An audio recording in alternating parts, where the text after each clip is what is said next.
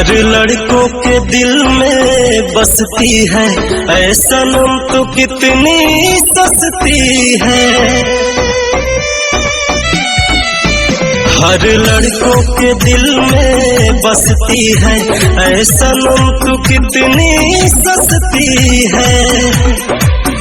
बेवफा मैं कहूँ फिर भी तू बेशर्मों की तरह हंसती है। हर लड़कों के दिल में बसती है, ऐ सनम तो कितनी सस्ती है।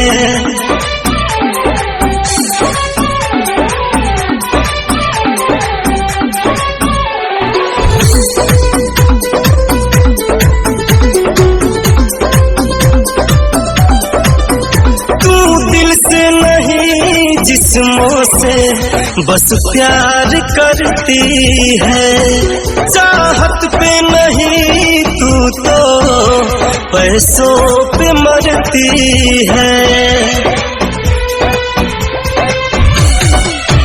तू दिल से नहीं जिस्मों से बस प्यार करती है, चाहत पे नहीं तू तो पैसों पे मरती है। तेरी गलियों में बेदर्दों की सुना है एक बसती है।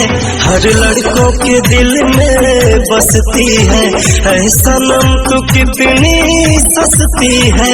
हर लड़कों के दिल में बसती है, ऐ सनम तो कितनी सस्ती है।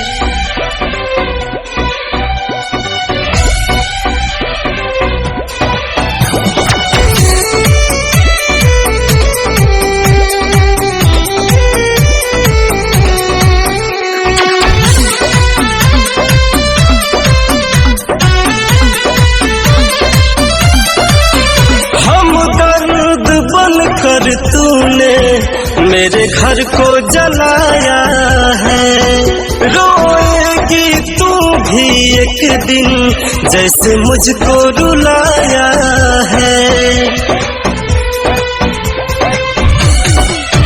हमदर्द बनकर तूने मेरे घर को जलाया है, रोएगी तू भी एक दिन जैसे मुझको रुलाया है। मेरी होकर भी तू गैरों के लिए तरसती है। हर लड़कों के दिल में बसती है, ऐ सनम तो कितनी सस्ती है।